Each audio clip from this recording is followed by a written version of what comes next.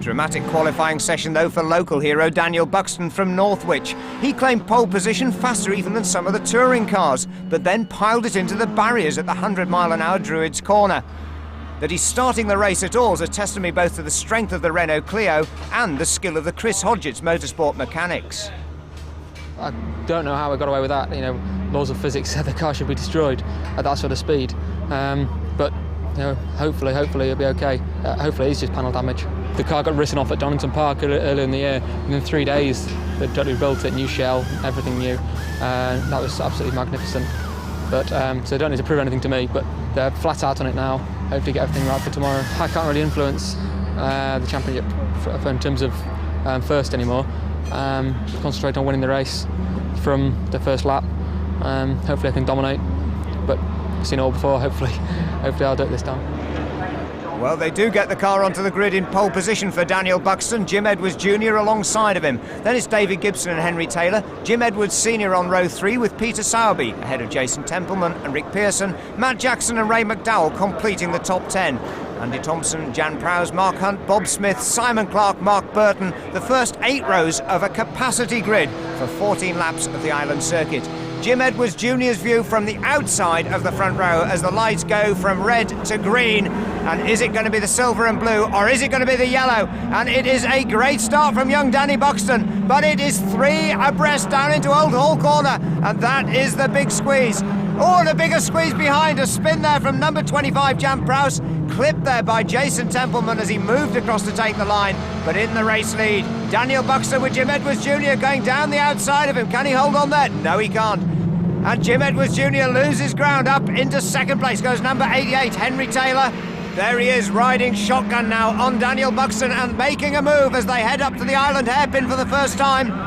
Buxton, though, has the inside line. Henry Taylor going very late on the brakes and going all the way around the outside of Buxton. Can he make that stick? The answer's no, but he carves across to take David Gibson down into third place. And in the melee there, Jim Edwards Jr. has backed off. He is in fourth position in the silver, blue and green car. But at the head of the field, it's Henry Taylor going around the outside now of Daniel Buxton, holding onto the race lead down into Knickerbrook. Third place, David Gibson, number 1. Then Jim Edwards Jr., Peter Sowerby, Jim Edwards Sr. and Jason Templeman in 7th place. Now looking back from Daniel Buxton's car, there's the number 1 car, David Gibson, 3rd place and closing in. Up to the top of Clay Hill now. This is where he had the big accident. First lap, you don't want to push too hard on the cold tyres. And then number 10, a little bit of a dent in the nose there. He was the one involved in the first corner incident. But Jason Templeman's still there in that 7th place, pushing hard. Down into Lodge Corner though for the leaders. Henry Taylor, pursued by Daniel Buxton, still being followed by the blue and red car number 1, David Gibson. Jim Edwards Jr. in 4th place, driving conservatively, but he's got the green car of Peter Sowerby leaning on his back bumper. And up to Old Hall Corner, and Sowerby makes his move, goes down the inside into 4th place, past Jim Edwards Jr. We're riding with the man who is trying to save on points for the championship. Very close indeed to the back bumper of the green car of Sowerby.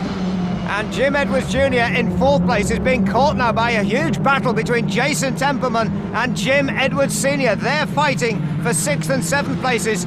Meanwhile, a great bit of defending still going on by Daniel Buxton, holding back David Gibson for that 2nd place. But it's all happening down at the hairpin, a 3-car stack. Oh! And that's not how you win the championship. And I think that was down-thumping Jimmy Edwards Jr. up the back. It's either him or Jason Templeman. They were side by side behind him. And full throttle in 2nd gear there stops the Clio from spinning. But that is about as close a call as you can get. Neatly down the gearbox, banging over the curbs in Knickerbrook. Doesn't want to be caught again by those men behind. And Jim Edwards Jr. now starting to open a little bit of a gap in that 5th place. Meanwhile, we'll look back to the first corner and watch the orange car there. Jan Prowse there just clips the nose of Jason Templeman's car as he jostles for position and off and out, but he is now running at the back of the field. But this really is a local derby match. Car number 9, Daniel Buxton from Northwich. Car number 1, David Gibson from Tarpley. Both Oulton Park locals. Both know this track like the back of their hands, and they are using absolutely every bit of their knowledge here to try and out-trick the other. into Cascades, and again a very, very tight line from number 1 this time, but Gibson just can't get close enough to get his nose alongside their long-term rivals in saloon car racing. Both race in the local championship here, now both racing as part of the British Touring Car support package. A great dice indeed, but number 9 was the quickest car on the track in qualifying, Daniel Buxton, but don't forget it's had that huge accident. It certainly doesn't look like it because they've done a great job on it, but I suspect the suspension geometry is not all it should be. It's very quick in a straight line, but you can see here he's going earlier on the brakes, he's defending more through the corners, and he's certainly hammering it over the curbs. Meanwhile, David Gibson just biding his time, perhaps waiting for the number 9 car to scrub off its tyres, and when he has the grip advantage, he will pounce. And closing in though, he can't afford to wait too long because Peter Sowerby, the man from Harmston, is closing in that 4th position. Through Old Hall Corner again, looking back from Daniel Buxton's car, running up over the curbs. That's where he went wrong in qualifying and ploughed into that barrier in 4th gear. Safely through this time though, down to Lodge Corner, drops away down the hill, the camber changes now, you can see the rear wheels go up in the air, then the G-force at the bottom of Deersley, the car goes a little bit light again on the run across the start-finish line and up to Old Hall, starting another lap. Down the avenue, oh, someone's not going to make it though, out of Lodge. Number 6, Andy Thompson, was in 11th place. He is now shuffled down to the back of the pack, but at least he's kept his car running. And let's have another look at that there. Contact with Mark Hunt there, just trying to close the door a little too late. Mark Hunt keeps going, but he's up into the 11th place, while Andy Thompson is now back down in the high 20s. Battle still on for 2nd place though. Daniel Buxton holding back David Gibson. And Peter Sowerby there riding shotgun in that 4th place. Championship points at stake. The driver's driving carefully, but running up over the curbs this time, carrying a bit more speed. This could be the chance. Buxton goes one side, then the other. He's sold the dummy. He's got the inside line and 2 wheels on the grass. Superb committed racing down into the chicane. He has the line now and trying to keep the door closed there. Peter Sowerby trying to jam on the rear bumper of Gibson, but he can't hold it. Sowerby stays in that 4th place. Daniel Buxton holds on in 3rd, but not for long because up Clay Hill it's wheel to wheel. And there's a left-hander before the right at Druids, and this time Daniel Buxton is going to have to give best. And the edge has gone off the number 9 car's handling as a result of that qualifying accident, I suspect, because that is not normally the sort of place where Daniel Buxton will give ground on his home circuit, and he's still determined to fight back, and that is superbly judged. And bang onto the rear bumper goes Peter Sowerby in frustration, but that was a beautifully judged move, and I'm just wondering, with the slightly deranged suspension on the number 9 car, whether it turns right better than it turns left. Well, it's certainly okay through the right-hander here, runs up over the curbs at Old Hall, down now through Denton. Little right-hander, now the left-hander at Cascades. Let's see whether Sowerby has the advantage. Not this time round. This is a very committed lap by Buxton, trying to put airspace between himself and the number 11 car of Peter Sowerby.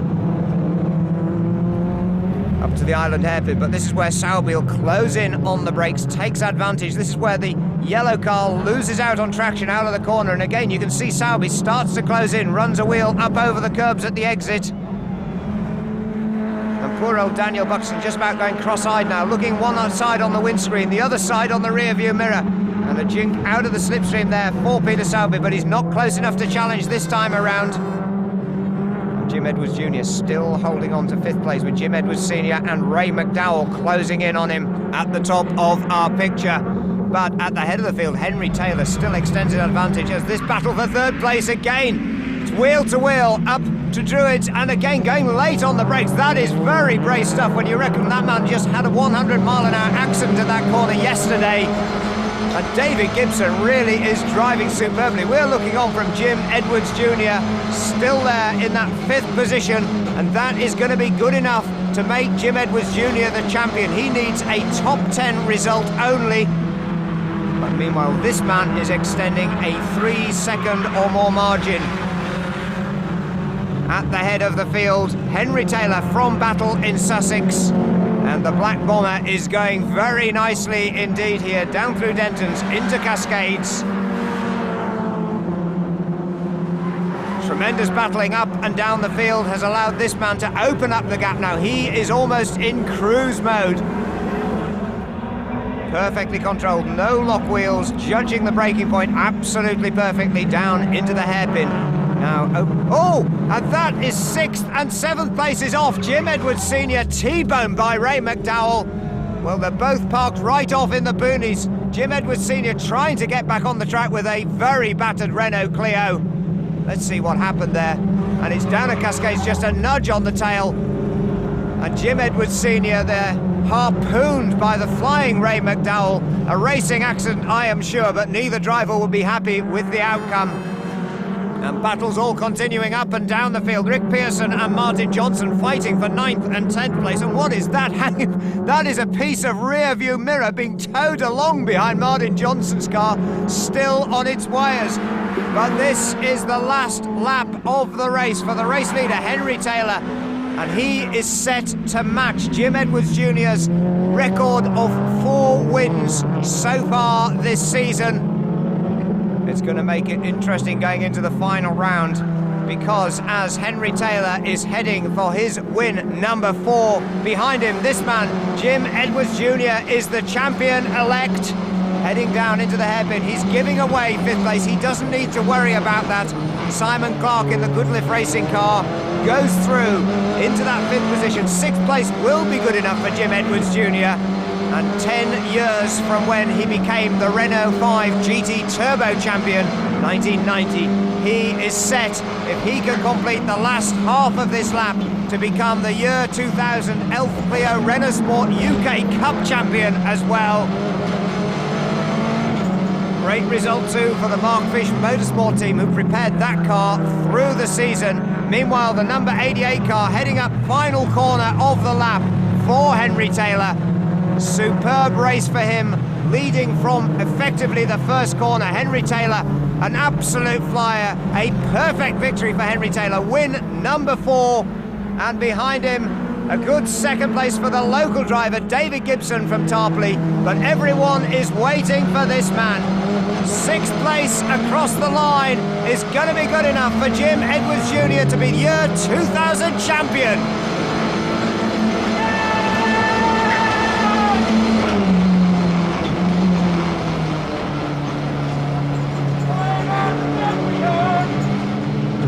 We are the champion indeed. A great race for Jim Edwards Jr., an even better one for Henry Taylor. He takes the victory from David Gibson. Daniel Buxton holds on there in that 3rd place. Peter Sowerby 4th, Simon Clark 5th, but Jim Edwards Jr., the champ, is 6th. Yeah, that's it. We're here for the championship, and that's what I came here to achieve. And whilst it was a boring drive, I think I earned the right to drive like that at the beginning of the season with obviously the wins and the top 3 finishes. And now it's all over. I can get back to going for the race wins. It makes a big difference when you're driving to win and when you're driving for points. You're just driving in a completely different way, and I just can't wait now to go to Silverstone and have some good fun. Well, fun indeed it will be at Silverstone. A 44-point margin into the final round means he's already crowned, but look at that battle for 2nd and 3rd. Taylor and Buxton are going to take it right down to the end.